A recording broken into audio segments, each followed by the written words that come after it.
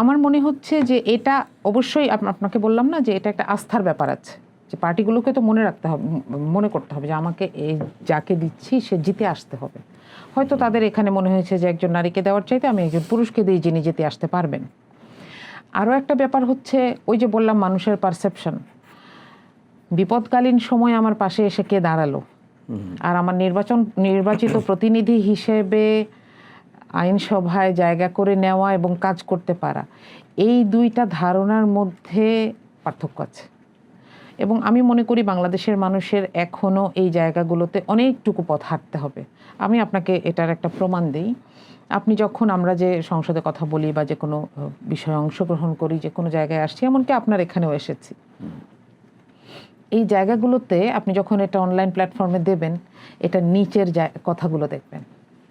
আমি খুবই অবাক হয়ে যাই যে মানুষের পারসেপশন যদি, সাধারণ মানুষের পারসেপশন যদি এইখানে থাকে, আমাদের তো এখনো অনেক দূর রাস্তা বাকি আসলে। এবং এই অ্যানোম্যালিটা কার তৈরি করা আমি জানি না। এবং আমাদেরকে যেভাবে ভিলিফাই করা হচ্ছে, আমাদেরকে যেভাবে গালিগালাজ করা হচ্ছে, আমি পার্সোনালি সম্ভবত থার্ড পারসন যে ম্যাক্সিমাম মানে সর্বোচ্চ পরিমাণের বুলিং এবং গালির শিকার হই।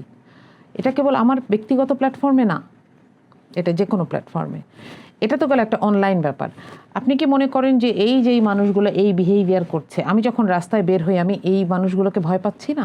আমাকে তো রিয়েলিটিটা মাথায় রাখতে হবে। সুতরাং এখন যদি আমাকে ইনফ্যাক্ট 26-এর নির্বাচনেও আনঅফিসিয়ালি বলা হয়েছিল আমি কন্টেস্ট করতে চাই কি না, কিন্তু আমার কাছে মনে হয়েছে যে এই জায়গাটা আমার জন্য এখনও না। কারণ এখানে যেই লেভেলের নিরাপত্তা এনশিওর করা দরকার আমি সেটা আমার জন্য করতে পারবো না। আমি আমার পরিবার সবাইকে ইনক্লুড করেই বলছি, এখন পর্যন্ত আমি একটা বড় রিস্ক ফিল করছি। কারণ বিরোধী দলের এমপি হওয়া মহিলা হয়ে এটা খুব সহজ কথা না। সুতরাং এই সব কিছুকে মাথায় রেখে আমরা যখন তৈরি হচ্ছি, হ্যাঁ আমরা দেখছি যে আমাদের সাথে আরও কিছু মানুষ তৈরি হচ্ছেন, আমাদেরকে দেখে আরও কিছু মানুষ সাহস পাচ্ছেন, কিন্তু আমরা যখন সামনে তাকাই আমাদের রাস্তাগুলো তো ভালো না। আপনি যদি এই বটদের আইডিগুলো দেখেন, বট কিংবা যারা এই ধরনের বাজে কথা বলছে, বেশিরভাগের আইডিতে দেখবেন যে খুব সুন্দর করে একজন পলিটিক্যাল নেতার ছবি ব্যবহার করা। যারা আমাকে গালি দিচ্ছে তাদের ছবিতে কভার ফটোতে প্রধানমন্ত্রীর এবং তার বাবা মায়ের ছবি।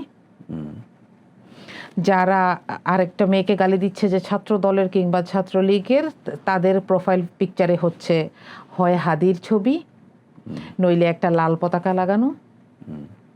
কিন্তু আমরা যদি দেখি এটাকে, যদি আপনি হিস্ট্রিটা দেখেন, বেশিরভাগই এরা লকড প্রোফাইল থাকে, হিস্ট্রি দেখা যায় না। যদি হিস্ট্রিটা দেখেন আপনি দেখবেন যে এর খুব ইন্টারেস্টিং যে আজকে সে আমাকে নিয়ে একটা কার্টুন বানিয়েছে, আমাকে নিয়ে একটা কথা বলছে, তার 3 দিন আগে হয়তো সে জাইমা রহমানকে নিয়ে একটা কথা বলেছে।